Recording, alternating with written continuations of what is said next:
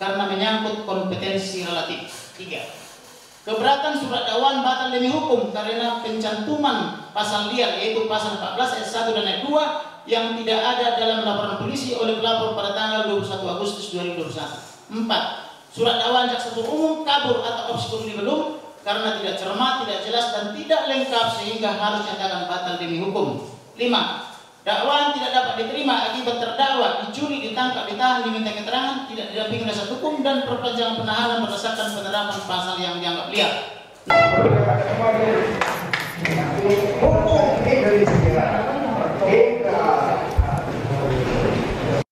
Lalu dihalangi oleh penyidik dengan cara rangkaian bohong sehingga melanggar seluruh hak-hak tersangka yang diatur oleh ketentuan pasal 50 sampai dengan pasal 68 KUHP. Sehingga dengan demikian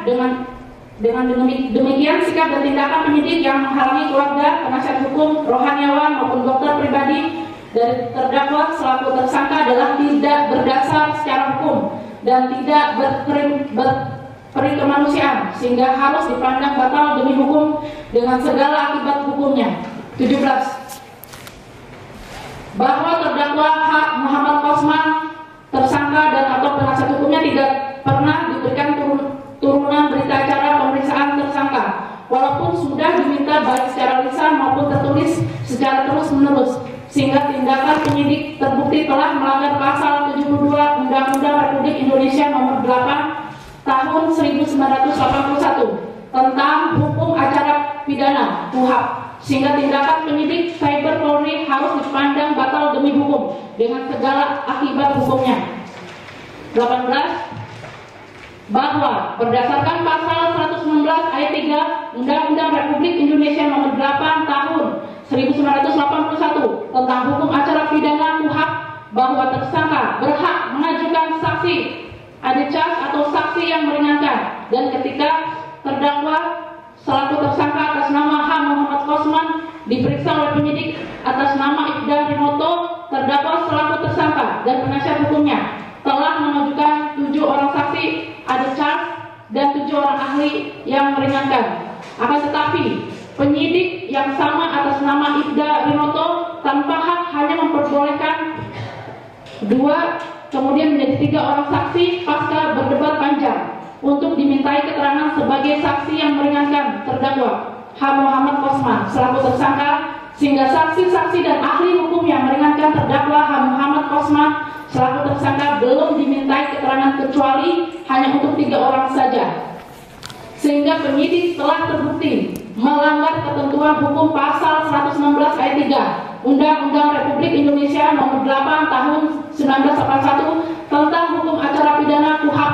Adapun tujuan penyidik tidak mau memeriksa saksi dan ahli yang meringankan terdakwa adalah agar saksi lebih banyak yang diperiksa di wilayah hukum Pengadilan Negeri Ciamis dan atau agar perkara Akbo diperiksa dan diadili serta diputus di PN Ciamis sesuai planning penyidik dan JPU sehingga ada horor perkaranya karena di Ciamis telah dipesan ormas sesuai informasi 2 orang pejabat jaksa dari Kejaksaan Agung RI pada awal Oktober 2021 dan berdasarkan rekaman percakapan penyidik BS di kantin PN Ciamis pada saat membaca surat dakwaan terdakwa dan masa terbukti telah didatangkan ke Pengadilan Negeri Ciamis agar terbukti keonaran sebagaimana dimaksud unsur dakwaan jaksa penuntut umum. Dengan demikian, rencana atau planning tersebut harus dipandang bertentangan dengan hukum, utamanya bertentangan dengan ketentuan hukum pasal 119 ayat 3, sehingga sikap dan tindakan penyidik Cyber Polri dan peneliti berkas perkara Akbo harus dinyatakan batal demi hukum dengan segala akibat hukumnya. 5. Romawi. Surat dakwaan jaksa penuntut umum kabur, obskur libellum, karena tidak cermat, tidak jelas dan tidak lengkap menguraikan tindakan pidana yang didakwakan, sehingga harus dinyatakan batal demi hukum.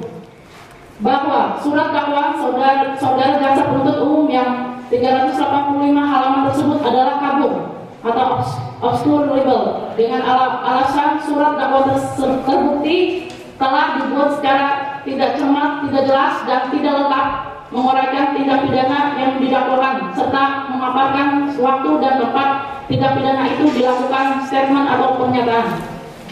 Surat dakwaannya jaksa penuntut umum selain terlalu banyak setebal 385 halaman yang berakibat pada terdakwa sangat tidak paham apapun tentang surat dakwaan penuntut umum, karena terdakwa justru terbukti sedang sakit keras dengan kadar gula dalam darah terdakwa sangat tinggi, yaitu sebesar 458. Berdasarkan hasil diagnosa dokter dari Polres Ciamis, maka terbukti terdakwa justru tidur ketika jaksa penuntut umum sedang sibuk membacakan surat dakwaan setebal 385 halaman untuk diri jaksa penuntut umum, bukan untuk terdakwa.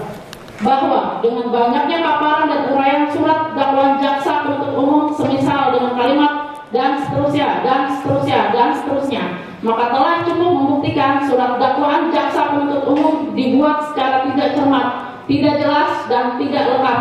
Terbukti terdakwa bertanya apa maksud dari perbuatan terdakwa dan seterusnya tersebut, dan atau dengan perkataan lain surat dakwaan jaksa penuntut umum walaupun dibuat setebal 385 halaman namun masih belum jelas dan lengkap menguraikan fakta hukumnya. Bahwa surat dakwaan jaksa penuntut umum juga terbukti dibuat tidak cermat, tidak jelas, dan tidak lengkap. Terbukti terdakwa disebut sebagai kolaborator atau debater tanpa dijelaskan oleh jaksa penuntut umum tentang siapa kolaborasi terdakwa dan siapa lawan terdakwa berdebat. Untuk juga tanpa mencantumkan pasal 55 ayat 1 ke 1 KUHP tentang penyertaan deleming dan atau tanpa mencantumkan pasal 56 KUHP tentang perbantuan. Bahwa akan tetapi jaksa penuntut umum berulang kali menyatakan bahwa terdakwa sebagai kolaborator atau debater dalam pemaparan surat dakwanya tanpa menjelaskan siapa kolaborasi terdakwa dan siapa lawan terdakwa berdebat. Akibatnya, surat dakwaan jaksa penuntut umum menjadi kabur atau obscure libellum, karena surat dakwaan terdakwa terbukti dibuat tidak cermat, tidak jelas, dan tidak lengkap menguraikan tindak pidana yang didakwakan, sehingga harus dinyatakan batal demi hukum. Bahwa menurut KBBI bahwa kolaborator adalah sinonim dengan kolega, kompanyon, mitra, rekan, relasi, sejawat, sekutu. Sementara debater menurut Kamus Bahasa Inggris Terjemahan Indonesia, arti kata debater adalah tukang debat atau pendebat.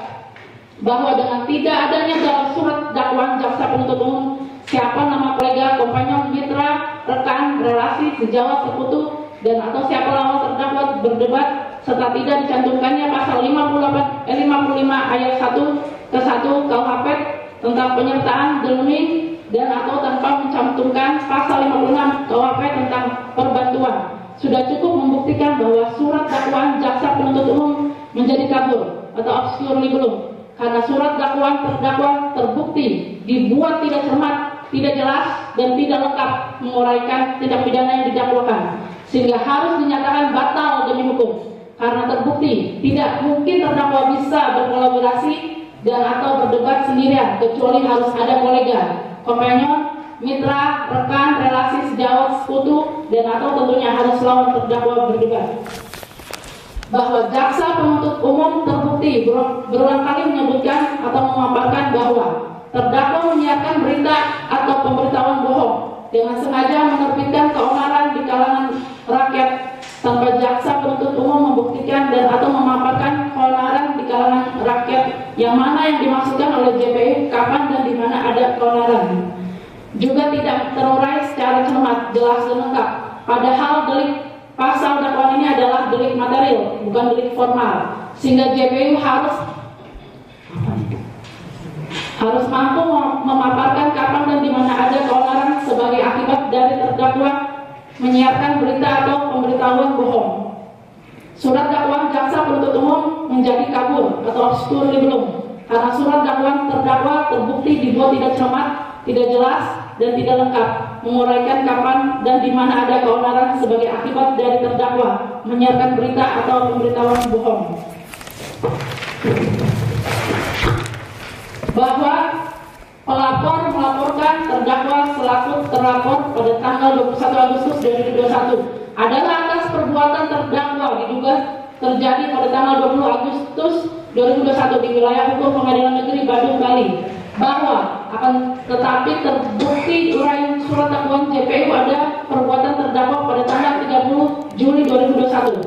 juga pada tanggal 17 Juli 2021, ada pada tanggal 11 Agustus 2021, dan pada waktu-waktu lainnya. Akibatnya, surat dakwaan JPU menjadi tidak berdasar karena peristiwa lainnya tidak pernah dipermasalahkan dan atau tidak pernah dilaporkan oleh pelapor, sehingga terbukti penyidik dan JPU memiliki inisiatif sendiri karena didorong oleh kebencian dan sentimen keagamaan terhadap terdakwa, sehingga JPU tidak lagi bertindak penegak hukum, melainkan sudah seperti penceramah saja. Selanjutnya, JPU ada menyinggung perbuatan terdakwa dengan Abdul Somad. Akan tetapi penyidik dan JPU tidak pernah memanggil dan memintai keterangan dari Abdul Somad, serta JPU tidak memaparkan apa peran Abdul Somad dalam perbuatan terdakwa ini, sehingga surat dakwaan JPU ini menjadi terbukti kabur atau obskur libellum karena surat dakwaan terdakwa terbukti dibuat tidak cermat, tidak jelas, dan tidak lengkap menguraikan apa hubungan perbuatan terdakwa dengan Abdul Somad. Tentu masih sangat banyak lagi bukti kekaburan surat dakwaan jaksa penuntut umum ini. Namun, cukuplah contoh-contoh tersebut di atas untuk menyatakan bahwa surat dakwaan JPU kabur atau obskur libellum karena surat dakwaan terdakwa terbukti dibuat tidak cermat, tidak jelas, dan tidak lengkap menguraikan perbuatan terdakwa tentang kapan, di mana, dan apa hubungan hukumnya, serta dengan cara bagaimana perbuatan itu dilakukan oleh terdakwa. Bahwa untuk membuat surat dakwaan yang ideal tidaklah ditentukan oleh banyaknya halaman atau kertas yang dihabiskan. Akan tetapi, surat dakwaan cukup dibuat ringkas, padat, dan dapat menjelaskan perbuatan terdakwa tentang kapan dan di mana perbuatan yang didakwakan itu terjadi, dengan memenuhi syarat formil dan syarat material surat dakwaan yang dipersyaratkan oleh KUHP. Surat dakwaan yang disusun atau dibuat oleh jaksa penuntut umum tentu mempunyai peranan yang sangat penting dalam pemeriksaan perkara pidana di Pengadilan Negeri Ciamis ini, karena merupakan dasar yang membatasi ruang lingkup pemeriksaan suatu perkara, termasuk menyangkut kewenangan untuk menghadiri terdakwa. Adapun fungsi dan peranan daripada surat dakwaan sangat penting meliputi hal-hal berikut ini. Bahwa berdasarkan pasal 142 junto pasal 143 KUHP junto surat edaran Jaksa Agung nomor SE/J.A/11/1993 tentang pembuatan surat dakwaan, bahwa pada angka 2 Romawi surat edaran Jaksa Agung nomor SE/004-J.A/11/1993 tentang pembuatan surat dakwaan disebutkan bahwa fungsi dari surat dakwaan adalah sebagai berikut. 1.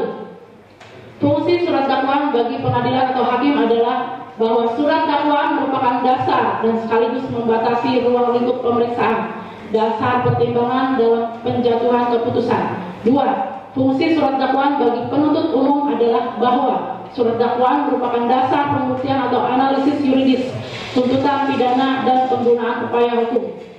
3. Fungsi surat dakwaan bagi terdakwa atau penasihat hukum adalah bahwa surat dakwaan merupakan dasar untuk mempersiapkan pembelaan.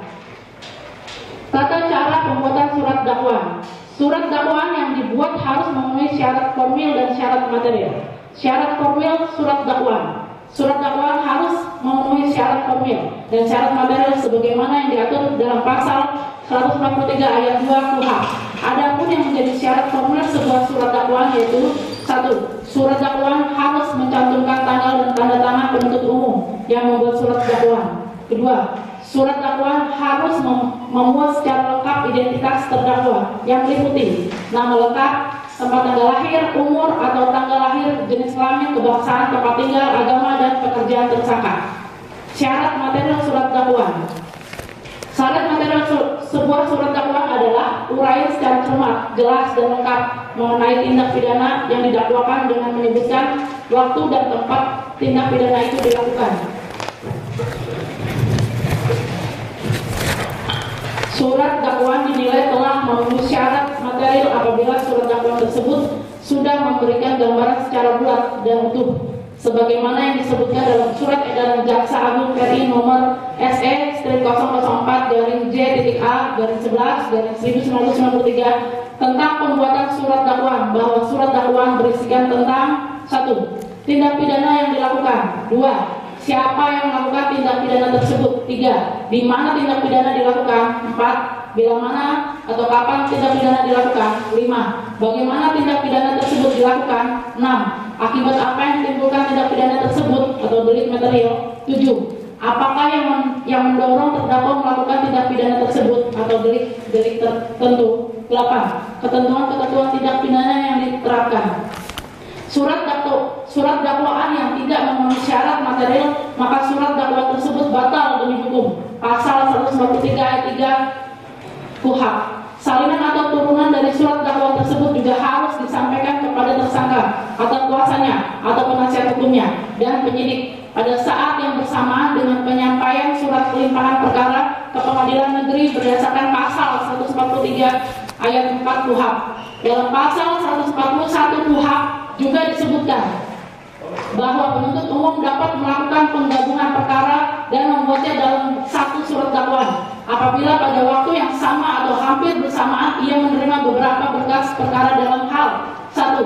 Beberapa tindak pidana yang dilakukan oleh seorang yang sama dan kepentingan pemeriksaan tidak menjadi halang terhadap penggabungannya. 2. Beberapa tindak pidana yang bersangkut paut satu dengan yang lainnya. 3. Beberapa tindak pidana yang tidak bersangkut paut satu dengan yang lain, akan tetapi yang satu dengan yang lain itu ada hubungannya. Yang dalam hal ini penggabungan tersebut perlu bagi kepentingan pemeriksaan. Surat dakwaan dapat diubah oleh penuntut umum sebanyak 1 kali perubahan dengan ketentuan selama pengadilan belum menetapkan hari sidang, di mana perubahan surat dakwaan tersebut bertujuan untuk menyempurnakan atau untuk tidak melanjutkan tuntutannya. Turunan dari perubahan surat dakwaan harus disampaikan kepada tersangka atau penasihat hukumnya dan penyidik. Pasal 144 KUHP. Bentuk-bentuk surat dakwaan. Dalam perkembangannya, surat dakwaan dapat dikelompokkan menjadi beberapa bentuk sebagaimana disebutkan dalam Surat Edaran Jaksa Agung RI nomor SE/001/A/J.A/11/1993 tentang pembuatan surat dakwaan, yaitu 1. Tunggal. Dalam surat dakwaan hanya 1 tindak pidana saja yang didakwakan karena tidak terdapat kemungkinan untuk mengajukan alternatif atau dakwaan pengganti lainnya. Misalnya, hanya dakwaan tindak pidana pencurian, pasal 362 KUHP. 2. Alternatif. Dalam surat dakwaan terdapat beberapa dakwaan yang disusun secara berlapis. Lapisan yang 1 merupakan alternatif dan bersifat pengecualian dakwaan lapisan lainnya. Bentuk dakwaan ini digunakan bila belum didapat kepastian tentang tindak pidana mana yang paling tepat dapat dibuktikan. Meskipun dakwaan terdiri dari beberapa lapisan, tetapi hanya 1 dakwaan saja yang akan dibuktikan. Pembuktian dakwaan tidak perlu dilakukan secara berurut sesuai dengan lapisan dakwaan, tetapi langsung kepada dakwaan yang dipandang terbukti. Apabila salah satu telah terbukti, maka dakwaan pada lapisan lainnya tidak perlu dibuktikan lagi. Contoh pertama, pencurian, pasal 362 KUHP, atau kedua, penadahan, pasal 480 KUHP. Ketiga, subsidiar sama halnya dengan dakwaan alternatif. Dakwaan subsidiar juga terdiri dari beberapa lapisan dakwaan yang disusun secara berlapis dengan maksud lapisan yang 1 berfungsi dengan lapisan sebelumnya. Sistematik lapisan disusun secara berurut dimulai dari tindak pidana yang diancam dengan pidana tertinggi sampai dengan tindak pidana yang diancam dengan pidana terendah. Pembuktian dilakukan secara berurut mulai dari lapisan teratas sampai dengan lapisan yang dipandang terbukti. Lapisan yang tidak terbukti harus dinyatakan secara tegas dan dituntut agar terdakwa dibebaskan dari lapisan yang bersangkutan. Contoh primer, pembunuhan berencana, pasal 340 KUHP. Subsidiar, pembunuhan, pasal 338 KUHP. Lebih subsidiar, penganiayaan yang menyebabkan matinya orang, pasal 351 ayat 3 KUHP. Keempat, kumulatif. Dalam surat dakwaan kumulatif didakwakan beberapa tindak pidana sekaligus, kesemua dakwaan harus dibuktikan satu demi satu. Dakwaan yang tidak terbukti harus dinyatakan secara tegas dan dituntut pembebasan dari dakwaan tersebut. Dakwaan ini dipergunakan dalam hal terdakwa melakukan beberapa tindak pidana yang masing-masing merupakan tindak pidana yang berdiri sendiri. Contoh, pembunuhan pasal 338 KUHP. Kedua, pencurian dengan pemberatan pasal 363 KUHP. Ketiga, pemerkosaan pasal 285 KUHP. Kombinasi disebut dakwaan kombinasi karena di dalam bentuk ini dikombinasikan atau digabungkan antara dakwaan kumulatif dengan dakwaan alternatif atau subsidiar. Timbulnya bentuk ini seiring dengan perkembangan di bidang kriminalitas yang semakin beragam baik dalam bentuk atau jenisnya maupun dalam modus operandi yang dipergunakan. Contoh, ke-1 primer pembunuhan berencana pasal 340 KUHP, subsidiar pembunuhan biasa pasal 338 KUHP, lebih subsidiar penganiayaan yang mengakibatkan matinya orang pasal 351 ayat 3 KUHP. Kedua primer pencurian dengan pemberatan pasal 363 KUHP, subsidiar pencurian pasal 362 KUHP. Ketiga, perkosaan pasal 285 KUHP. Teknik pembuatan surat dakwaan. Teknik pembuatan surat dakwaan terdiri dari 1. Pemilihan bentuk sebagaimana telah diuraikan di atas. Kedua, teknis redaksional dengan cara merumuskan fakta-fakta dan perbuatan terdakwa yang dipadukan dengan unsur-unsur tindak pidana sesuai dengan perumusan ketentuan tindak pidana yang dilanggar.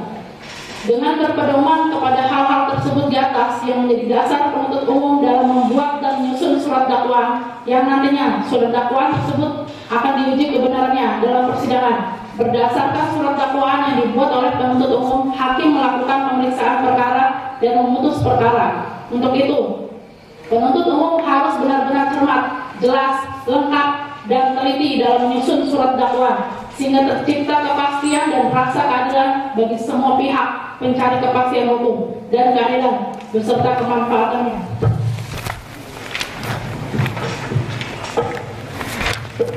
Bahwa untuk menguji surat dakwaan jaksa penuntut umum ini apakah telah dibuat secara cermat, jelas, dan lengkap. Mari kita perhatikan apakah yang dimaksud dengan cermat, jelas, dan lengkap berikut ini. A. Cermat. Bahwa apabila kita kaji menurut makna gramatikal dan menurut Kamus Umum Bahasa Indonesia yang disusun oleh WJS Purwadarminta, yang dimaksud dengan kata cermat yaitu seksama, teliti, dengan penuh perhatian. Kemudian apabila ditinjau dari pendapat doktrin, maka pengertian cermat dimaksudkan adalah dakwaan dibuat dengan penuh ketelitian dan ketidaksembarangan serta penuh hati-hati dan disertai suatu ketajaman dan keteguhan. Bahwa surat dakwaan adalah merupakan faktor fundamental dalam proses pidana. Dakwaan merupakan dasar pemeriksaan di persidangan bagi semua pihak yang tersangkut pada proses pidana dimaksud. Sehingga dengan alasan itu, maka jaksa penuntut umum haruslah cermat menguraikan mengenai tindak pidana yang didakwakan dengan menyebutkan waktu dan tempat tindak pidana itu dilakukan dalam menyusun surat dakwaannya. Bahwa karena surat dakwaan merupakan dasar bagi majelis hakim untuk memeriksa, mengadili, dan memutus suatu perkara yang diajukan kepadanya, maka untuk menentukan uraian dakwaan yang cermat haruslah dipandang dari surat dakwaan itu sendiri. Bahwa karena jaksa penuntut umum tidak cermat dalam memilih kata-kata tentang perbuatan yang dilakukan oleh terdakwa, misalnya pada surat dakwaan secara berulang menyatakan dan seterusnya, dan pernyataan ini terulang secara terus-menerus dalam 3 surat dakwaan jaksa penuntut umum, pernyataan saudara jaksa penuntut umum tentang dan seterusnya dipandang sangat tidak cermat, tidak jelas, dan tidak lengkap karena tidak jelas menguraikan tentang perbuatan apa yang dilakukan dengan dan seterusnya tersebut. Juga tentang terdakwa sebagai kolaborator atau debater dalam pemaparan surat dakwaannya tanpa menjelaskan siapa saja kolaborasi terdakwa dan siapa lawan terdakwa berdebat. Karena tak jelas siapa, maka akibatnya surat dakwaan jaksa penuntut umum menjadi kabur atau obscure belum.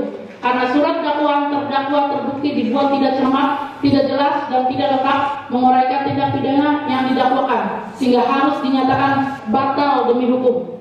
Bahwa dengan tidak adanya dalam surat dakwaan jaksa penuntut umum siapa nama kolega, kompanyon, mitra, rekan, relasi, sejawat, sekutu, dan atau siapa lawan terdakwa berdebat serta tidak dicantumkannya pasal 55 ayat 1 KUHP tentang penyertaan demi dan atau tanpa mencantumkan pasal 56 KUHP tentang perbantuan sudah cukup membuktikan bahwa surat dakwaan jaksa penuntut umum menjadi kabur atau obscure libellum karena surat dakwaan terdakwa terbukti dibuat tidak cermat, tidak jelas dan tidak lengkap menguraikan tindak pidana yang didakwakan, sehingga harus dinyatakan batal demi hukum karena terbukti tidak mungkin terdakwa bisa berkolaborasi dan atau berdebat sendirian, kecuali harus ada kolega, kompanyon, mitra, rekan, relasi, sejawat, sekutu, dan atau tentunya harus lawan terdakwa berdebat. Bahwa jaksa penuntut umum terbukti berulang kali menyebutkan atau memaparkan bahwa terdakwa menyiarkan berita atau pemberitahuan bohong dengan sengaja menerbitkan keonaran di kalangan rakyat tanpa jaksa penuntut umum membuktikan dan atau memaparkan keonaran di kalangan rakyat yang mana yang dimaksudkan oleh JPU, kapan dan di mana ada keonaran. Sungguh tidak terurai secara cermat, jelas dan lengkap. Padahal delik pasal dakwaan ini adalah delik material, bukan delik formal. Sehingga JPU harus mampu memaparkan kapan dan di mana ada keonaran sebagai akibat dari terdakwa menyiarkan berita atau pemberitahuan bohong. Surat dakwaan jaksa penuntut umum menjadi kabur atau obscure libellum karena surat dakwaan terdakwa terbukti dibuat tidak cermat, tidak jelas dan tidak lengkap menguraikan kapan dan di mana ada keonaran sebagai akibat dari terdakwa menyiarkan berita atau pemberitahuan bohong.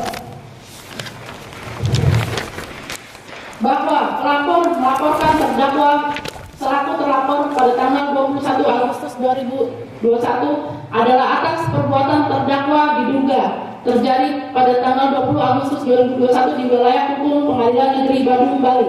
Bahwa akan tetapi terbukti uraian surat dakwaan JPU ada perbuatan terdakwa pada tanggal 30 Juli 2021, ada juga pada tanggal 17 Juli 2021, ada pada tanggal 11 Agustus 2021 dan pada waktu-waktu lainnya. Akibatnya surat dakwaan JPU menjadi tidak berdasar karena peristiwa lainnya tidak pernah dipermasalahkan dan atau tidak pernah dilaporkan oleh pelapor, sehingga terbukti penyidik dan JPU memiliki inisiatif sendiri karena didorong oleh kebencian dan sentimen keagamaan terhadap terdakwa, sehingga JPU tidak lagi bertindak penegak hukum melainkan sudah seperti penceramah saja.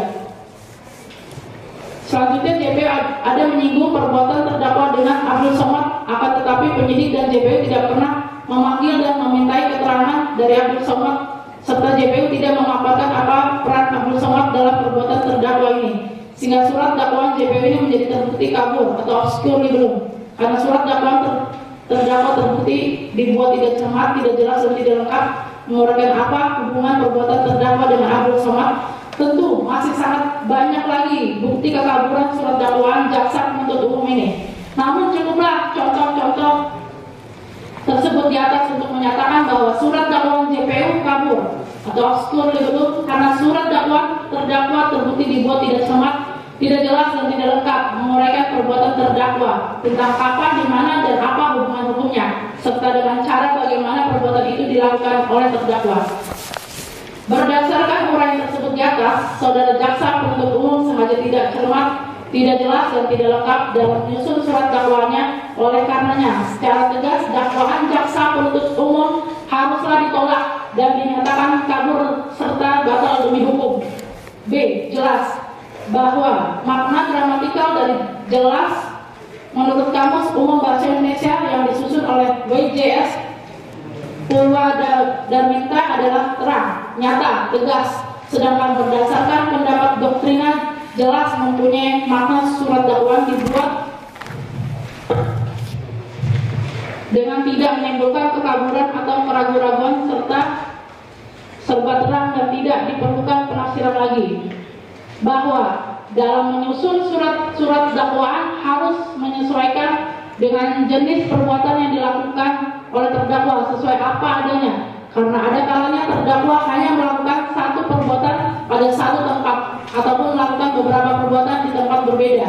Oleh karena itulah maka dakwaan dapat disusun dengan cara tunggal, alternatif, subsidiaritas ataupun kumulatif, bahwa melihat bentuk surat dakwaan jaksa penuntut umum dalam perkara ini, kasus adalah disusun dengan dakwaan bersifat primer, subsidiar, dan alternatif, hingga terdapat 3 dakwaan jaksa penuntut umum dengan beragam pasal, akan tetapi dengan penguraian yang sama. Hal ini jelas keliru, karena tidak mungkin dengan penguraian dan atau pemaparan yang sama bisa memenuhi unsur-unsur tindak pidana yang berbeda. Bahwa dalam dakwaan jaksa penuntut umum, terdakwa dijerat dengan surat dakwaan berbentuk primer, subsidiar, dan atau alternatif sebagai berikut. Terdakwa didakwa dengan 1. Dakwaan pertama, primer. Saudara terdakwa H. Muhammad Kosman alias Muhammad Kece alias Muhammad Kace alias Muhammad Kosman Cornelius alias Kosman bin Sunet melakukan tindak pidana menyiarkan berita atau pemberitahuan bohong dengan sengaja menerbitkan keonaran di kalangan rakyat, jika antara beberapa perbuatan meskipun masing-masing merupakan kejahatan atau pelanggaran ada hubungannya sedemikian rupa sehingga harus dipandang sebagai suatu perbuatan berlanjut, sebagaimana dimaksud dalam pasal 14 ayat 1 Undang-Undang RI nomor 1 tahun 1946 tentang peraturan hukum pidana junto pasal 64 ayat 1. Subsidiar. Saudara terdakwa H. Muhammad Kosman alias Muhammad Kece alias Muhammad Kace alias Muhammad Kosman Cornelius alias Kosman bin Sunet melakukan tindak pidana menyiarkan suatu berita atau mengeluarkan pemberitahuan yang dapat menerbitkan keonaran di kalangan rakyat, sedangkan ia patut dapat menyangka bahwa berita atau pemberitahuan itu adalah bohong jika antara beberapa perbuatan meskipun masing-masing merupakan kejahatan atau pelanggaran ada hubungannya sedemikian rupa sehingga harus dipandang sebagai satu perbuatan berlanjut, sebagaimana dimaksud dalam pasal 14 ayat 2 Undang-Undang RI nomor 1 tahun 1946 tentang peraturan hukum pidana junto pasal 64 ayat 1 KUHP. 2. Dakwaan kedua, saudara terdakwa H. Muhammad Kosman alias Muhammad Kece alias Muhammad Kace alias Muhammad Kosman Cornelius alias Kosman bin Sunet melakukan tindak pidana dengan sengaja dan tanpa hak menyebarkan informasi yang ditujukan untuk menimbulkan rasa kebencian atau permusuhan individu dan atau kelompok masyarakat tertentu berdasarkan atas suku, agama, ras, dan antar golongan atau sara. Jika antara beberapa perbuatan meskipun masing-masing merupakan kejahatan atau pelanggaran ada hubungannya sedemikian rupa sehingga harus dipandang sebagai satu perbuatan berlanjut, sebagaimana diatur dan diancam pasal 45 ayat 2 junto pasal 28 ayat 2 Undang-Undang nomor 11 tahun 2008 tentang informasi dan transaksi elektronik, sebagaimana telah diubah dan ditambah dengan Undang-Undang nomor 19 tahun 2016 tentang perubahan atas Undang-Undang nomor 11 tahun 2008 tentang informasi dan transaksi elektronik junto pasal 64 ayat 1. 3. Dakwaan ketiga, primer. Saudara terdakwa H. Muhammad Kosman alias Muhammad Kece alias Muhammad Kace alias Muhammad Kosman Cornelius alias Kosman bin Sunet melakukan tindak pidana dengan sengaja di muka umum mengeluarkan perasaan atau melakukan perbuatan yang pada pokoknya bersifat permusuhan, penyalahgunaan atau penodaan terhadap suatu agama yang dianut di Indonesia. Jika antara beberapa perbuatan meskipun masing-masing merupakan kejahatan atau pelanggaran ada hubungannya sedemikian rupa sehingga harus dipandang sebagai satu perbuatan berlanjut, sebagaimana diatur dan diancam pasal 156A huruf A Kitab Undang-Undang Hukum Pidana junto pasal 64 ayat 1 KUHP.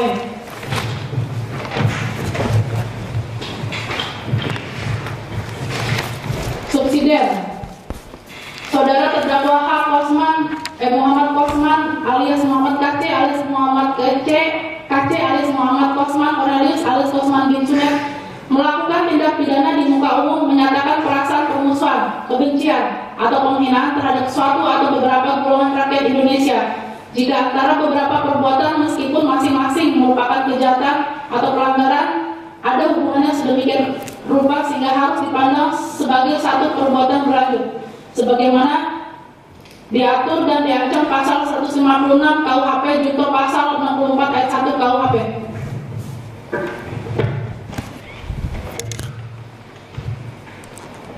Kami lanjutkan yang ini.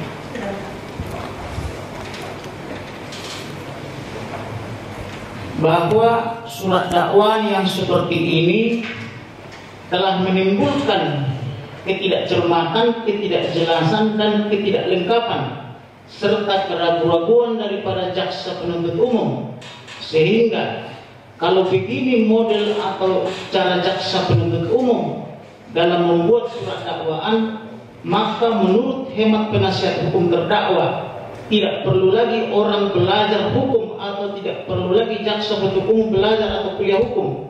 Saran kami, kenapa tidak sekalian saja menggunakan pasal 1 KUH pidana sampai pasal 569 KUH pidana. Toh nanti pada akhirnya majelis hakim akan memilih mana pasal yang cocok dengan perbuatan-perbuatan terdakwa, bukan? Kami melihat bahwa terdakwa justru dijadikan sebagai korban rekayasa dan kriminalisasi demi keuntungan atau obsesi pribadi penyidik dan jaksa penuntut umum. Bahwa latar belakang kepentingan pelapor sangat menentukan terkuatnya kebenaran dalam perkara ini. Kepentingan ini tidak diuraikan secara tersurat dalam surat dakwaan yang dibuat oleh saudara jaksa penuntut umum, sehingga kami penasihat hukum terdakwa beranggapan terdakwa hanyalah korban dari kepentingan-kepentingan orang-orang tertentu. Terdakwa yang hanyalah diibaratkan korban yang dikorbankan untuk memenuhi sang mafia hukum dan berita hukum, dan atau terdakwa hanyalah dipakai sebagai alat politik untuk melegitimasi perbuatan penyidik siber Polri untuk menangkap dan menahan terdakwa Yahya Waloni yang saat ini sedang menjalani sidang perkara pidana penistaan agama Kristen dan Katolik di Pengadilan Negeri Jakarta Selatan, di mana Yahya Waloni sebelumnya telah terbukti sebagai terlapor di siber Polri sejak bulan April 2021. Maka untuk menangkap Yahya Waloni perlu ditangkap dulu terdakwa MKJ, tujuannya agar tidak terjadi riuh atau agar kondusif seolah-olah tindakan barter. Bagaimana mungkin terdakwa didakwa dengan ketentuan pasal berlapis-lapis yang tidak sejenis dan saling bertentangan? Seharusnya kesemuanya harus terlebih dahulu dibuktikan secara hukum, baru setelah itu diterapkan undang-undang tentang pasal-pasal yang disangkakan. Tidak seperti berbelanja di pasar Tanah Abang dan atau Mangga 2 dan atau di supermarket. Maka dalam hal ini jelas bahwa terdakwa hanyalah merupakan korban rekayasa dan kriminalisasi dengan menggunakan kekuatan aparatur hukum atau negara, dalam hal ini Cyber Polri dan Kejaksaan Agung RI. Apabila kita pandang penguraian fakta pada dakwaan pertama, kedua dan ketiga, ternyata tidak ada perbedaan prinsipal dan atau sama saja dengan penguraian fakta pada dakwaan ke-1 hingga ke-3. Padahal pasal yang didakwakan pada dakwaan ke-1 berbeda dengan dakwaan selanjutnya. Terhadap hal tersebut kami berpendapat suatu pasal yang berbeda harus pula dengan tegas dirumuskan perbedaan uraian fakta tersebut. Tidak hanya mengambil penguraian fakta pada dakwaan ke-1, hal ini juga dapat menyebabkan dakwaan menjadi kabur dan tidak jelas atau obscure legal. Sesuai pula dengan putusan Mahkamah Agung nomor 492 K/KR/181 tanggal 8 Januari 1983 yang menyatakan pengadilan tinggi telah tepat dengan pertimbangannya bahwa tuduhan yang samar-samar atau kabur harus dinyatakan batal demi hukum.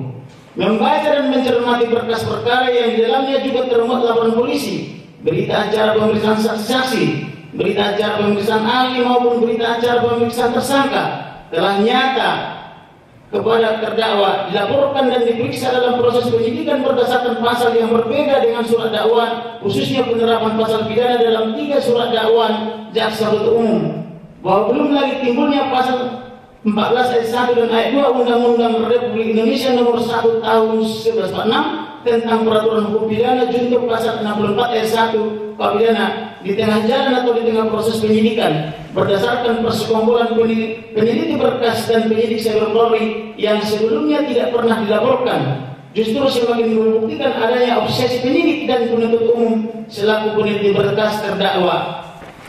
Bahwa terhadap perbedaan tersebut kami berpendapat bahwa bagi terdakwa surat dakwaan merupakan dasar dan membatasi ruang lingkup pemeriksaan juga dasar pertimbangan majelis hakim yang mulia dalam menjatuhkan putusan pidana atau bukan. Komponen-komponen dalam penyelidikan dan penyidikan yang termuat dalam berkas perkara atau berita acara penyidikan dalam kurung BAP yang dibuat oleh pihak kepolisian, dalam hal ini penyidik Cyber Polri, harus dilihat secara kebulatan dan merupakan bagian yang tidak terpisahkan dalam surat dakwaan. Hal ini merupakan penerapan dari Integrated Criminal Justice System, adanya hubungan antara komponen-komponen yang seperti hubungan antara tahap penyidikan pasal 1 angka 2 KUHP dan tahap penuntutan pasal 137 KUHP. Tetapi apabila terdapat perbedaan permasalahan pasal yang berbeda dalam tahap penyidikan dan tahap penuntutan atau dakwaan, seperti yang terurai dalam berkas perkara Siber Polri yang berbeda dengan surat dakwaan atau jaksa penuntut umum, maka hal tersebut merupakan ketidakcermatan jaksa penuntut umum, sebab jaksa penuntut umum akan membaca dan meneliti kembali hasil penyidikan yang bersangkutan, apakah syarat-syarat sudah dicukupi, artinya sudah lengkap dan sempurna, tidak ada kekurangan dalam penyidikan, baik dalam alat bukti ataupun keterangan saksi maupun keterangan tersangka. Pra penuntutan ini merupakan wewenang dari jaksa penuntut umum apabila ia telah menerima dan meneliti berkas dari penyidik kepolisian, dan apabila jaksa penuntut umum berpendapat bahwa hasil penyidikan ini dianggap belum lengkap dan sempurna dan sekiranya ada yang masih perlu diperbaiki berita acaranya, maka jaksa penuntut umum akan mengirimkan kembali kepada kepolisian berkas yang bersangkutan dengan suatu nota dan dengan petunjuk-petunjuk perbaikan. Tetapi dalam perkara ini hal tersebut tidak dilakukan oleh jaksa penuntut umum. Yang terjadi justru ikut merekayasa dan mengkriminalisasi perbuatan tersangka atau terdakwa dengan cara menambahkan pasal 14 ayat 1 dan ayat 2 Undang-Undang Republik Indonesia nomor 1 tahun 1946 tentang peraturan hukum pidana junto pasal 64 ayat 1, dan ikut merekayasa saksi-saksi dengan mencari saksi-saksi di PN Ciamis agar persidangan dilakukan di PN Ciamis. Kami sependapat dengan BPM Taberne dalam tulisannya of the Grosslah de Tenslatuslegging tentang Deteranik Mas Pande Danverding atau kekuatan lain dari tuduhan yang mengandung arti dalam pembuktian tuduhan tidaklah boleh ditambahkan sesuatu hal dalam kurung redaksi titik 2 pasal 14 ayat 1 dan ayat 2 Undang-Undang Republik Indonesia nomor 1 tahun 1946 tentang peraturan hukum pidana junto pasal 64 ayat 1 dikurung dan ikut merekayasa saksi-saksi agar sidang di PN Ciamis. Walaupun boleh dikurangi, tetapi mengurangi tersebut harus dilakukan dengan syarat bahwa sifat tuduhan tersebut tidak boleh diubah dan tidak boleh menjadi yang lain daripada yang dituduhkan. Dalam kurung lihat Martiman Projo Hatmijoyo, buku teori dan teknik membuat surat dakwaan tahun 2002 halaman 28 sampai 29 tutup kurung. C. Lengkap.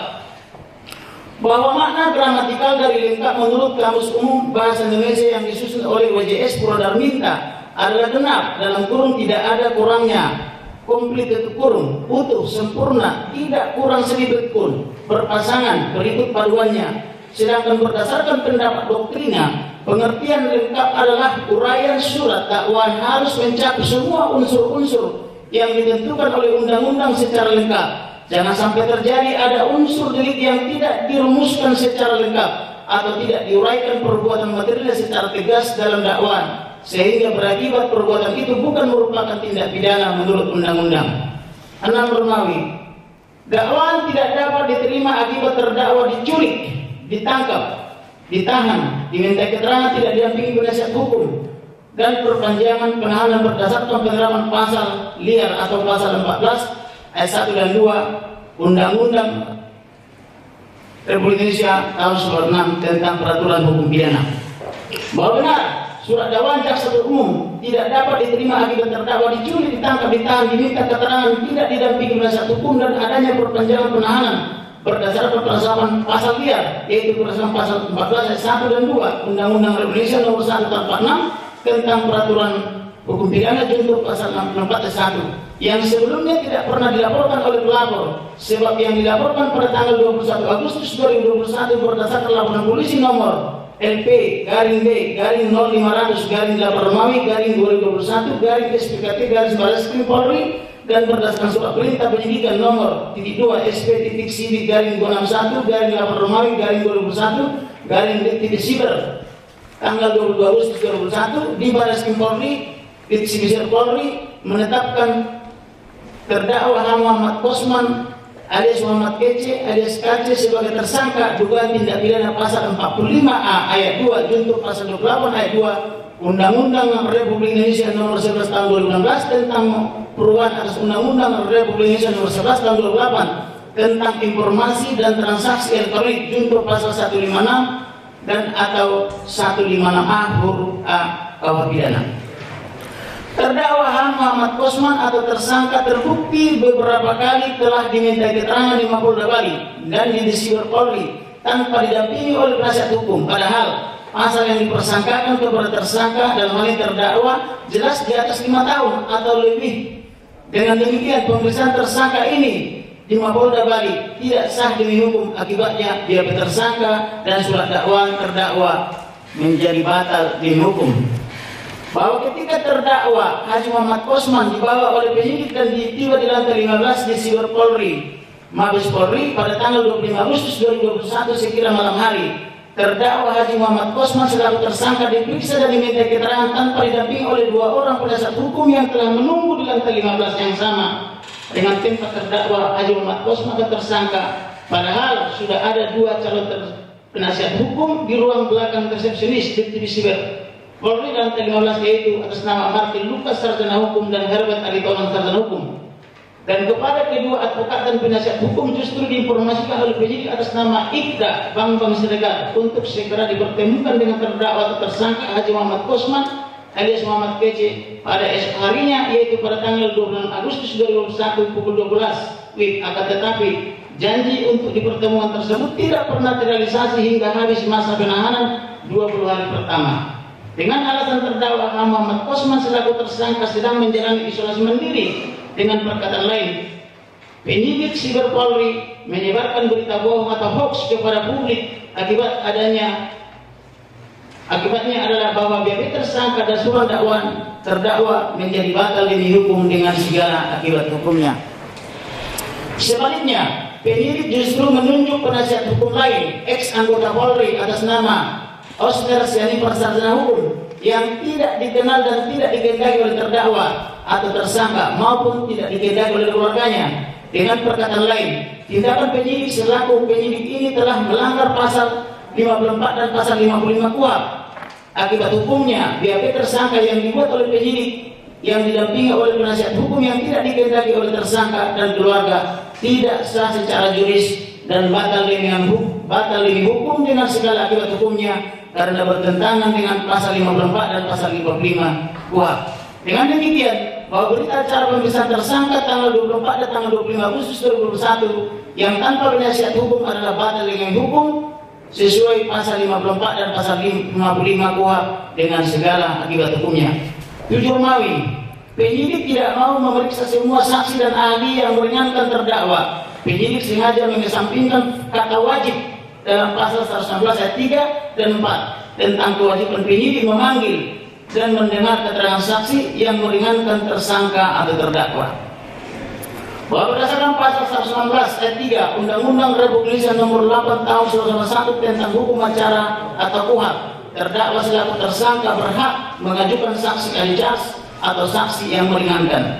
Bahwa tetapi ketika terdakwa selaku tersangka atas nama Muhammad Kosman diperiksa oleh penyidik atas nama Ibda Rinoto, terdakwa selaku tersangka dan penasihat hukumnya telah mengajukan 7 orang saksi ahli jas dan 7 orang ahli yang meringankan. Akan tetapi penyidik yang sama atas nama Ibda Rinoto tanpa hak hanya memperbolehkan 2, kemudian menjadi 3 orang saksi pasca berlakukan perdebatan panjang untuk diminta keterangan sebagai saksi yang meringankan terdakwa Muhammad Kosman selaku tersangka, sehingga saksi dan ahli hukum yang meringankan terdakwa Haji Muhammad Kosman selaku tersangka belum atau tidak diminta keterangan kecuali untuk 3 orang saja, sehingga penyidik telah terbukti melanggar ketentuan hukum pasal 116 ayat 3 Undang-Undang Republik Indonesia Nomor 8 Tahun 1981 tentang hukum acara pidana atau KUHP. Adapun tujuan penyidik tidak mau memeriksa saksi dan ahli yang meringankan terdakwa adalah agar saksi lebih banyak yang diperiksa di wilayah hukum Ciamis dan atau agar perkara aku diperiksa dan diadili serta diputus di Ciamis sesuai planning atau rencana penyidik dan JPU sehingga ada horor atas perkaranya. Karena di Ciamis telah dipesan ormas sesuai informasi 2 orang pejabat jaksa dari Kejaksaan Agung Indonesia pada sekira awal Oktober 2021. Bahwa berdasarkan rekaman dan transkrip percakapan penyidik dengan inisial BS di kantin PN Ciamis pada saat pembacaan surat dakwaan terdakwa dan organisasi massa ormas terbukti telah didatangkan ke PN Ciamis agar terbukti keonaran sebagaimana dimaksud unsur dakwaan jaksa penuntut umum. Dengan demikian, rencana atau planning tersebut harus dipandang bertentangan dengan hukum, utamanya bertentangan dengan ketentuan hukum pasal 116 ayat 3, sehingga sikap dan tindakan penyidik siber Polri dan peneliti berkas perkara Akuo harus dinyatakan batal demi hukum dengan segala akibat hukumnya. Dengan perkataan lain, surat dakwaan dan pembacaan surat dakwaan di PN Ciamis adalah batal demi hukum karena terbukti berdasarkan hasil rekayasa penyidik dan jaksa penuntut umum. 8 Romawi, surat dakwaan jaksa penuntut umum batal demi hukum karena tindakan kepolisian dan penyitaan barang bukti tanpa adanya penetapan atau izin dari Ketua Pengadilan Negeri Badung Bali. Akibatnya penyitaan oleh penyidik melawan ketentuan hukum khususnya pada bab 1 pasal 1 angka 16 KUHP junto pasal 36 sampai 48 KUHP. Seharusnya Direktur Tindak Pidana Siber Polri selaku penyidik wajib bertindak profesional, proporsional, objektif, punya naluri dan hati nurani, serta melihat jernih tujuan serta dasar dari laporan pengaduan yang melaporkan korban H. Muhammad Kosman sebagai pelaku pasal 45A ayat 2 junto pasal 8 ayat 2 Undang-Undang Republik Indonesia Nomor 11 Tahun 2016 tentang perubahan atas Undang-Undang RI Nomor 11 Tahun 2008 tentang informasi dan transaksi elektronik dan atau pasal 156 huruf A KUH pidana.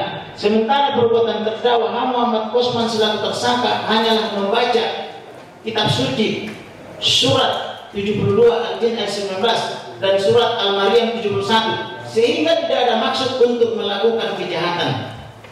Bahkan tetapi laporan atau pengaduan tersebut langsung diterima dan ditanggapi cepat oleh penyidik cyber Bareskrim Polri. Kemudian anehnya begitu cepatnya terdakwa Haji Muhammad Kosman, dalam hal ini terdakwa Haji Muhammad Kosman ditetapkan oleh tersangka di Divisi Cyber Polri menjadi tersangka penista agama tanpa melakukan ini hanya dalam kurun waktu 1 kali 24 jam.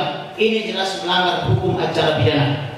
Bahwa penasihat hukum korban tidak habis berpikir bagaimana pula terdakwa Haji Muhammad Kosman yang dijadikan tersangka dan ditahan dengan dalih penista agama hanya karena menanggapi atau menjawab ceramah atau dakwah Ustadz Abdul Somad yang mengatakan bahwa di salib itu ada jin kafir. Padahal yang benar dan sudah menjadi pengetahuan umum atau rahasia umum adalah bahwa yang disalib itu adalah Tuhan Yesus Kristus, di mana beliau disalib guna menebus dosa umat manusia yang diimani sekira 3 miliar penduduk dunia ini. Bahwa pertanyaannya adalah, bukankah merupakan hak setiap warga negara Indonesia memberikan hak jawab sebagaimana diatur dan dilindungi oleh Undang-Undang Republik Indonesia dan Konstitusi, demikian juga kebebasan berpendapat? Bahwa penasihat hukum terdakwa terus mencari dan menggali kebenaran material dengan terus bekerja menggali informasi dari berbagai pihak yang salah satunya adalah dari saksi Pendeta Andreas STH MPH yang menerangkan penyidik melakukan tindakan kepolisian memaksa membongkar rumah terdakwa untuk dapat memaksa masuk ke rumah terdakwa Haji Muhammad Kosman yang terletak di Jalan Raya Abian Base, Megui, Badung Bali dengan cara 6 orang mengaku dari siber Polri melakukan tindakan kepolisian sebagai berikut. Pertama, tanpa penyidik berseragam Polri. 2, tanpa penyidik menunjukkan kartu anggota Polri. 3, tanpa penyidik membawa atau memperlihatkan surat penugasan. 4, tanpa penyidik membawa dan atau memperlihatkan surat perintah penangkapan dan penahanan. 5, tanpa penyidik didampingi oleh kehadiran aparat pemerintah setempat semisal pecalang atau kepala desa atau lurah. 6, tanpa penyidik membawa atau memperlihatkan surat perintah penggeledahan atau penetapan dari Ketua Pengadilan Badung. 7, tanpa penyidik membawa atau memperlihatkan surat perintah atau izin berupa penetapan penyitaan barang bukti dari Ketua Pengadilan Negeri Badung. Akan tetapi penyidik terbukti telah mengambil tanpa hak berupa songkok dan miring peci hitam, kemudian laptop dan handphone milik terdakwa patut dengan cara masuk ke dalam rumahnya yang dibongkar secara paksa. bahwa penasihat hukum terdakwa masih terus-menerus mencari dan menggali kebenaran materi dari berbagai sumber dengan cara penasihat hukum tersangka terus bekerja menggali informasi ke berbagai pihak. Di antaranya adalah 2 orang saksi pendeta Romauli, sarjana teologi, dan saksi Jimmy Dokdi Sitompul yang menerangkan penyidik memaksa membongkar untuk memaksa masuk ke rumah terdakwa Muhammad Osman dengan cara 6 orang mengaku dari Siber Polri melakukan tindakan kepolisian. Pertama, tanpa penyidik berseragam Polri masuk memaksa sebanyak 2 kali ke dalam rumah saksi, bukan saja hanya ke rumah korban maksudnya. 2, tanpa penyidik menunjukkan kartu anggota Polri melakukan tindakan kepolisian, memotret, memeriksa, dan menggeledah rumah, kamar, hingga toilet, kamar mandi saksi. 3, tanpa penyidik membawa atau memperlihatkan surat penugasan, melakukan penyitaan HP saksi, memeriksa isi HP saksi, dan memintai keterangan. Selanjutnya, tanpa penyidik membawa dan atau memperlihatkan surat perintah penangkapan dan penahanan, besoknya telah menculik saksi dan membawa ke dalam suatu warung dari pukul 15 sampai dengan pukul 19 waktu Indonesia Barat. Kelima, tanpa penyidik didampingi oleh kehadiran aparat pemerintah setempat semisal pecalang, garis miring kepala desa, garis miring lurah, melakukan berbagai tindakan kepolisian di rumah saksi dan membawa garis miring menculik saksi. 6, tanpa penyidik membawa atau memperlihatkan surat perintah penggeledahan atau penetapan dari Ketua Pengadilan Negeri Badung, rumah saksi dan badan saksi serta isi handphone saksi telah diperiksa serta tanpa hak diminta keterangan interogasi oleh penyidik secara paksa. 7, tanpa penyidik membawa atau memperlihatkan surat perintah atau izin berupa penetapan penyitaan barang bukti dari Ketua Pengadilan Negeri Badung Bali, akan tetapi penyidik terbukti telah mengambil tanpa hak berupa 2 unit handphone milik saksi. Penyidik selain melakukan penculikan penangkapan yang tidak sah menurut KUHP, penyidik juga melakukan penggeledahan badan terdakwa dan tempat kediaman terdakwa tanpa menunjukkan identitas atau kartu anggota Polri, yaitu juga tanpa disertai surat perintah penggeledahan dari Ketua Pengadilan Negeri Badung Bali, serta tanpa dihadiri atau tanpa izin pemerintah setempat semisal tanpa izin dari Ketua RT, Ketua RW, dan atau tanpa izin dari lurah atau kepala desa setempat di mana terdakwa bertempat tinggal di Bali. Sementara penyidik tidak berseragam anggota Polri, melainkan hanya berpakaian layaknya sipil atau masyarakat biasa. Akibatnya segala tindakan penyidik adalah batal demi hukum dengan segala akibat hukumnya, termasuk surat dakwaan penuntut umum adalah menjadi batal demi hukum juga. Bahwa dengan demikian penyitaan barang bukti oleh penyidik Cyber Polri adalah bertentangan atau melawan ketentuan hukum bab 1 pasal 1 angka 16 KUHP untuk pasal 36 sampai 48 KUHP. Akibatnya penyitaan barang bukti oleh penyidik Cyber Polri atas perkara terdakwa tidak sah dan batal demi hukum dengan segala akibat hukumnya. 9. Penutup dan permohonan. Kesimpulan, bahwa berdasarkan keseluruhan paparan uraian keberatan tersebut di atas telah terbukti secara sah dan meyakinkan bahwa surat dakwaan jaksa penuntut umum harus ditolak dan dinyatakan batal demi hukum berdasarkan fakta-fakta hukum yang dapat kami simpulkan sebagai berikut. Pertama, surat dakwaan jaksa penuntut umum prematur karena penyidik dan jaksa penuntut umum sengaja mengabaikan ketentuan terdakwa wajib diberikan surat peringatan terlebih dahulu sebelum dipidana. 2. Keberatan Pengadilan Negeri Ciamis tidak berwenang memeriksa, mengadili dan memutus perkara ini karena menyangkut kompetensi relatif. 3. Keberatan surat dakwaan batal demi hukum karena pencantuman pasal liar, yaitu pasal 14 ayat 1 dan ayat 2 yang tidak ada dalam laporan polisi oleh pelapor pada tanggal 21 Agustus 2021. 4. Surat dakwaan jaksa penuntut umum kabur atau obskur libellum karena tidak cermat, tidak jelas dan tidak lengkap sehingga harus dinyatakan batal demi hukum. 5. Dakwaan tidak dapat diterima akibat terdakwa dicuri, ditangkap, ditahan, diminta keterangan, tidak didampingi oleh satu hukum dan perpanjangan penahanan berdasarkan penerapan pasal yang dianggap liar. 6. Penyidik tidak mau memberikan semua saksi dan ahli yang meringankan terdakwa. Penyidik sengaja mengesampingkan kata wajib dalam pasal 119 ayat 3 dan 4 tentang kewajiban penyidik memanggil dan mendengar keterangan saksi yang meringankan tersangka atau terdakwa. Akibatnya, BAP tersangka batal demi hukum, maka surat dakwaan juga batal demi hukum. 7. Surat dakwaan jaksa penuntut umum batal demi hukum karena penyitaan barang bukti tanpa adanya penetapan atau izin dari Ketua Pengadilan Negeri Badung Bali. Akibatnya penyitaan oleh penyidik melawan hukum, khususnya melawan ketentuan bab 1 pasal 1 angka 16 KUHP junto pasal 13 sampai 48 KUHP. Permohonan bahwa berdasarkan paparan dan uraian serta kesimpulan di atas, maka telah jelas bahwa surat dakwaan yang disusun di bawah nomor register perkara titik 2 PDM min 1 garing 067 garing Ciamis garing 11 garing 2021 tanggal 17 November 2021 yang ditandatangani oleh saudara Suhandat yang ditandatangani oleh saudara Syahnan Tanjung PSC SH selaku jaksa penuntut umum telah disusun berdasarkan cara-cara yang tidak sah, melawan hukum atau unjust process of law. Selain itu, saudara jaksa penuntut umum telah salah dalam menghadapkan terdakwa ke Ciamis karena Ciamis pada dasarnya tidak berwenang memeriksa, mengadili dan memutus perkara ini karena menyangkut kompetensi relatif. Dan yang paling fatal, saudara surat dakwaan jaksa penuntut umum disusun dengan melanggar ketentuan pasal 43 ayat 2 huruf B Undang-Undang Nomor 8 Tahun 1991 tentang Kitab Undang-Undang Hukum Acara Pidana.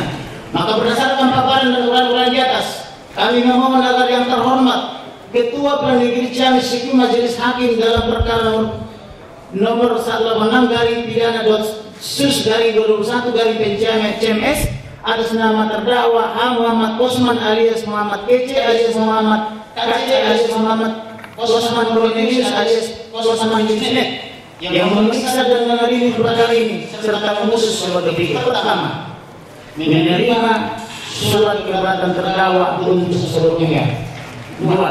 Menyatakan surat dakwaan jaksa penuntut umum nomor register perkara titik 2 PDM min 1 garing 067 garing Ciamis garing 11 garing 2021 tanggal 17 November 2021 yang ditandatangani oleh saudara Syahnan Tanjung PSC SH selaku jaksa penuntut umum batal demi hukum atau setidaknya tidak dapat diterima. 3. Menyatakan surat dakwaan jaksa umum prematur karena penyidik dan jaksa umum sengaja mengabaikan ketentuan terdakwa wajib diberikan surat peringatan terlebih dahulu sebelum pidana. 4. Menyatakan bahwa penyidik Ciamis tidak berwenang memeriksa dan memutus perkara ini karena menyangkut kompetensi relatif. 5. Menyatakan bahwa berdasarkan surat dakwaan menyatakan bahwa surat dakwaan batal dihukum karena tercantum pasal di pasal 1 dan ayat 2 yang tidak ada dalam laporan polisi oleh lapor pada tanggal 21 Agustus 2021.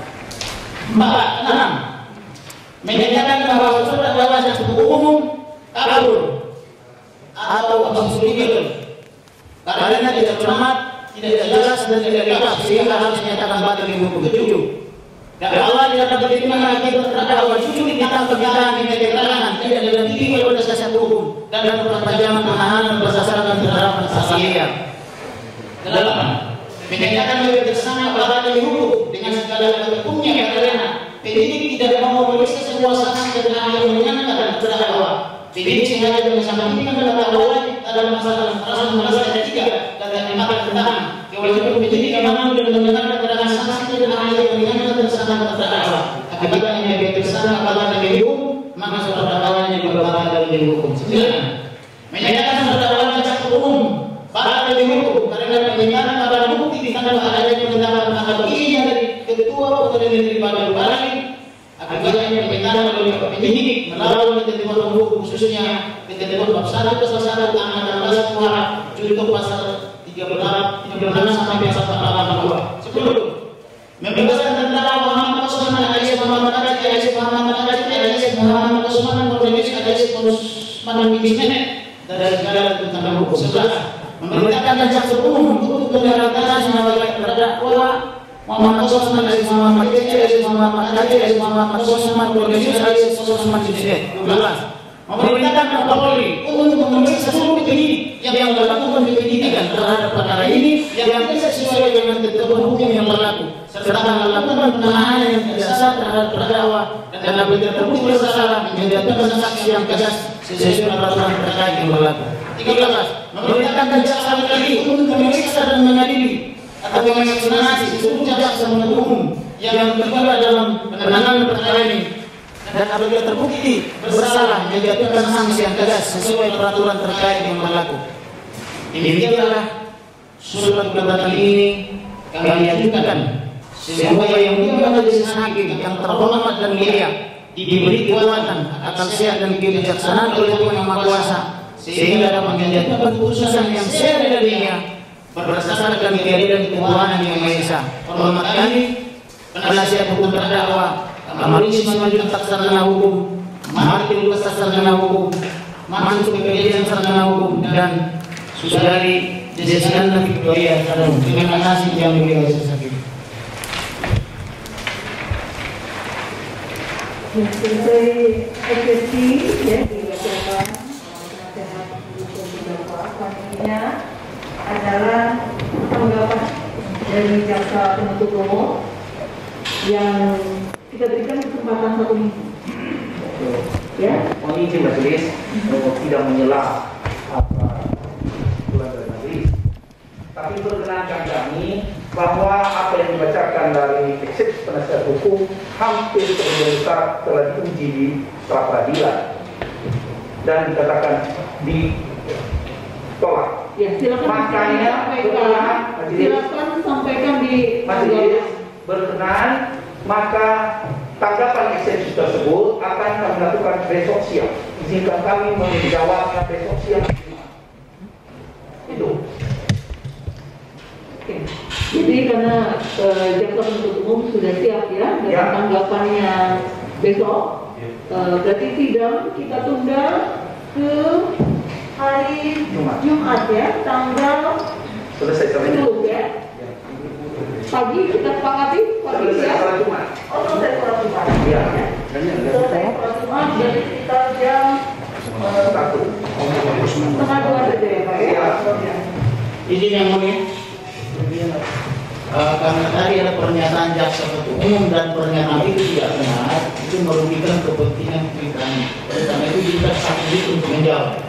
Betul kami mengajukan pra peradilan, tetapi karena tertuntut atau termohon tidak mau hadir ke persidangan sampai dipanggil berkali-kali, akhirnya lebih dahulu di sini dimulai persidangan atau ditetapkan persidangan sehingga gugur, bukan ditolak. Beda gugur dengan ditolak yang mulia. Terima kasih. Ya, majelis hakim silang kata itu gugur atau tolak, yang penting kami telah mendapatkan putusannya bahwa itu gugur. Jadi tetap kami prinsip besok mohon majelis menghemat sebagaimana prinsip kita peradilan yang cepat dan murah, dalam arti selesai salat Jumat kami membacakan tanggapan atas eksepsi penasihat hukum. Terima kasih.